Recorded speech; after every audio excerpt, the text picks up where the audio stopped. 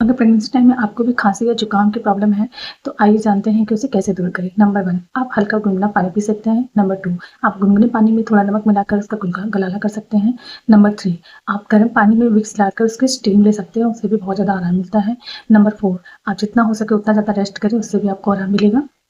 Number 5, आप बहुत ज़्यादा खट्टी चीज़ों को अवॉइड करें, ऐसी चीज़ें ना खाएँ जिससे आपको प्रॉब्लम हो। नंबर 6, आप अपने खाने में अदरक का यूज़ कर सकते हैं, उससे भी बहुत ज़्यादा आराम मिलता है। एंड नंबर 7, आपको डॉक्टर ने जो भी मेडिसिन प्रिस्क्राइब किया है, उसके अकॉर्डिंग आप वो कफ सिरप ले सकते हैं।